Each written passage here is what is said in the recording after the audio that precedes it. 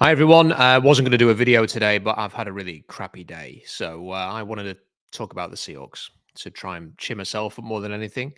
In the early hours of this morning, somebody broke into my house and they stole my car and took the keys, and they went in all of the different rooms, including this one. I'm looking here. They've been in this office. They moved everything around, trying to find my car key. They obviously had a bit of difficulty finding it.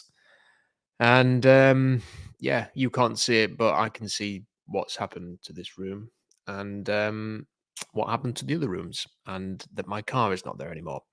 So I don't want it to to talk about it and bore you with that, but the reason I mention it is because one thing that I would do differently, and if I mention this to you and you do this, maybe you can learn from my mistake, is go and buy Apple AirTag. So Apple make these things. It's really so that if you lose your phone or your laptop or whatever, you can attach them to these things, your keys or something, and then you can go and find where you've misplaced them or if you've lost them somewhere. But you can put this in a car. You can hide these things in a car, and then if your vehicle gets stolen, you won't just be able to put them in the glove compartment. You'll have to put them somewhere hidden. But if you put them in your car, you'll be able to track where it is, and you might have a chance of getting it back, or you might help the police. So that's just my little bit of advice. Anyway, let's talk a bit about some Seahawks. I wrote an article this week on SeahawksDraftBlog.com, which was looking ahead to the trade deadline. It's a month away, so there's still plenty of time, and things don't tend to sort of start moving at this period. But because of the Devontae Adams stuff, it's kind of got people talking trade. So I wanted to write an article about it. What would the Seahawks potentially consider doing before the deadline? Because they are a team that have been quite aggressive under John Schneider in previous years. Leonard Williams trade last year is a very good example of that. Gave a second-round pick to the Giants for what was a rental at the time. Yes, they re-signed him, but that wasn't a guarantee that he'd be back in Seattle. In the past, they traded for Dwayne Brown, Carlos Dunlap, Quandre Diggs, players like that right before the deadline to try and improve the team. I think that based on what we've seen so far, they might be aggressive again because they're in a good place. This is a team in a good place, and I don't think they'll be thinking, let's just mosey on down to the off season and not do anything if there's a chance to improve the side. That doesn't mean they're going to go and spend a second round pick on somebody like Leonard Williams again. But it does mean that they could have a look and see what is out there. And when you watch the offense against Detroit, you think you can win a lot of games with that level of offense. Is it going to be a red herring because they always play Detroit well? They have done over the years. Basically Geno Smith has Detroit's number. Maybe. I guess we'll find out in the next couple of games as to whether that was just the fact they were playing Detroit again. But if they can be a high-octane top 10, potentially top 5 offense, then that's a really good thing. It's the defense, and with all of the injuries they've got, that you might be able to look at for improvements. I know people might go, what about the offensive line? It's very hard in the NFL right now to find a good offensive line. And the offensive linemen worth having are not going to be traded. They're just not. So I would not get your hopes up for the Seahawks being able to do a deal for a great offensive lineman that's going to solve the problems. That is going to be something that they're going to have to deal with in the offseason. So, and they're not going to be in the market for Devontae Adams or Amari Cooper, or, they don't need a receiver. They've got plenty of receiver talent. They don't need to add another mouth to feed there. So they're not going to be in that market. So when I kind of looked at it, I thought defense, especially if, Byron Murphy's going to miss some time. We don't know if Leonard Williams will be back this week or not. Maffei's been out. Jerome Baker's out and missed another game. He's had injury issues ever since he signed his deal in Seattle. Are there players who you could get that are not going to break the bank, who might be able to improve your depth and talent, so that if the offense we saw on Monday night is going to be the Seahawks offense, then Mike McDonald has got enough depth and talent on defense to bring that unit alongside the offense in order to have the success. Now, the two players that I wrote about, the first one is a player that I've kind of been hoping the Seahawks would sign or trade for a long time. And that's mainly because when he was with Arizona, he used to wreck games against the Seahawks. And that was Calais Campbell. He's 38 years old. It feels like he's been around forever, but he has also felt like he's played brilliantly forever. He has a PFF grade right now of 80.4, which makes him the sixth highest graded interior defensive lineman in the league. He has 2 sacks in 4 games at 38. And, he is very good at plugging gaps, creating surprising pass rush, and being like a physical tone setter up front. Now, the Dolphins season has collapsed, sadly for them. They were appalling in the little bit of that match that I watched against Tennessee on Monday night before the Seahawks game started. Tua's future is at least a question mark, let's say, although there's like a growing expectation he probably will come back. Is he going to come back to play on a team that might be like 1-7 when he comes back? Why would you do that? And then he's not salvaging a season at that point. They've just lost Jalen Phillips for the season. They've got other injuries as well. It kind of feels like, sadly for the Miami Dolphins, that this might be a bit of a write-off for them.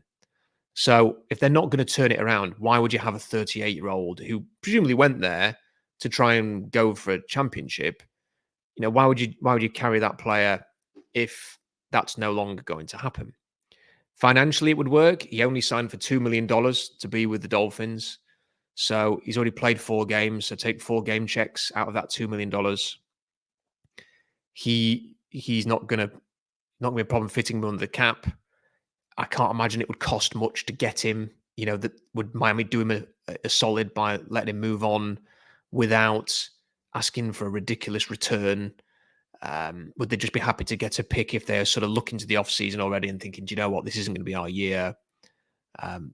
He's not a player that you would imagine is going to be like an asset. Like if you trade Tyreek Hill or, one of your defensive linemen or something like that, then, that's the start of a massive rebuild. But getting a player to move on and getting a draft pick so that you can have him instead of Miami when he was only like maybe a 1-year solution anyway, I think that sort of somewhat makes some sense.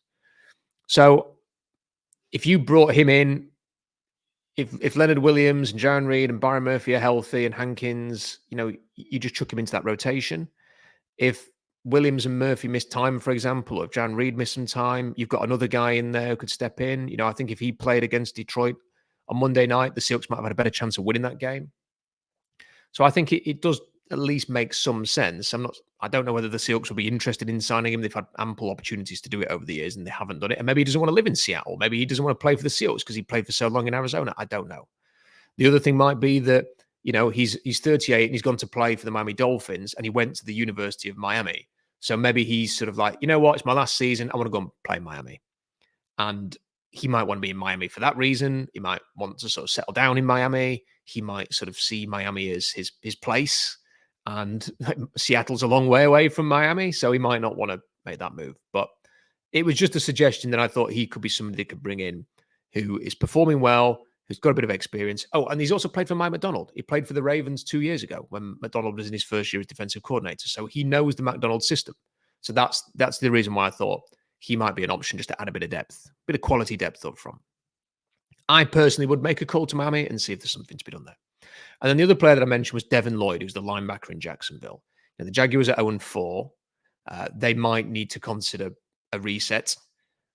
Jeremy Fowler from ESPN wrote an article discussing players who might be available, and he mentioned 4 players from the Jaguars, and one of them was Devin Lloyd. He's got the rest of this year and next year of his rookie contract left. He's got a cap hit this year of $3.5 million. Next year it's $4.1 million. He is performing well. Like, he's on a bad team. He's got a 70.2 grade, which is not amazing, but it's not bad.